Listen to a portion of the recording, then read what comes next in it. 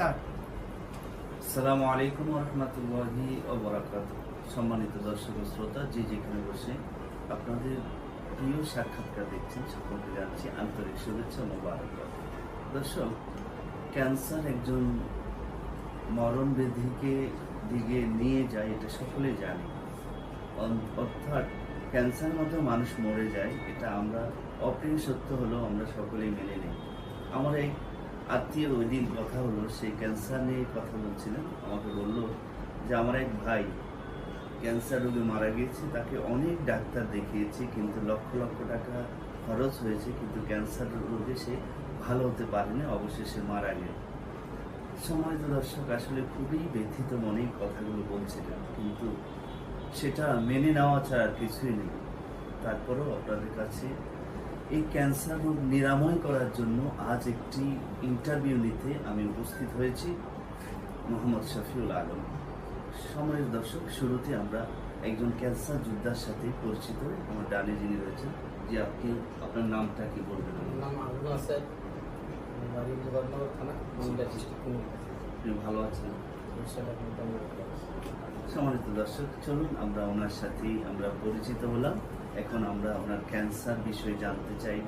উনি 1 মাস অধ্যক্ষ doctor SM Sarwar সাহেবের থেকে ওষুধ খেয়েছে এবং কেমন আছেন আমরা ওনার কাছ থেকে জানবো। জি বলেন আপনি একটু।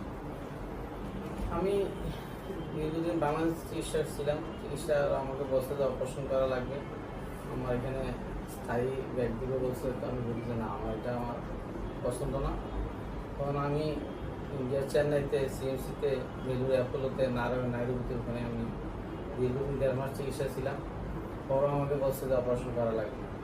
অপারেশন না করলে কেমো বা রেডিওথেরাপি দিলে 75% আমার ভালো হবে, এবং এটা আমার পায়খানা থেকে 5 সেন্টিমিটার উপরে, যদি 5 সেন্টিমিটার নিচে, 5 সেন্টিমিটারের যদি উপরে হইতো তাহলে এটা চিকিৎসাটা ভালোভাবে করা।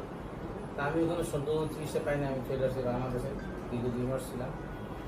আসার পর আমার এক আত্মীয়র ভাই আমার বাবার জন্য অনেক ওষুধ দিচ্ছে। উনি আমার শাশুড়ি ছিল ঢাকা, আমার শাশুড়ির বাসা তালতলা আগারগাঁও। তো ওনার সাথে কথা হওয়ার মাধ্যমে উনি জানতে পারে যে স্যারের কথা, ডক্টর স্যারের কথা। তো উনি আমাকে আবার স্যারের সাথে এখানে নিয়ে আসেন। আসার পর স্যার আমাকে বললো যে ইনশাল্লাহ আপনি সুস্থ হবে, আপনি দীর্ঘদিন 1 বছর দিনে ওষুধ খাওয়া লাগবে, আপনি এখন আপাতত ওষুধ নিয়ে যাবেন। তো আমি স্যার থেকে 1 মাস ওষুধ নিলাম। খাওয়ার পর এখন মোটামুটি ইনশাল্লাহ একটু ভালোর দিকে আছে। আমি আরও 1 মাস ওষুধ নেওয়ার জন্য আসছি। চমৎকারভাবে বলছিলেন, ধন্যবাদ আপনাকে।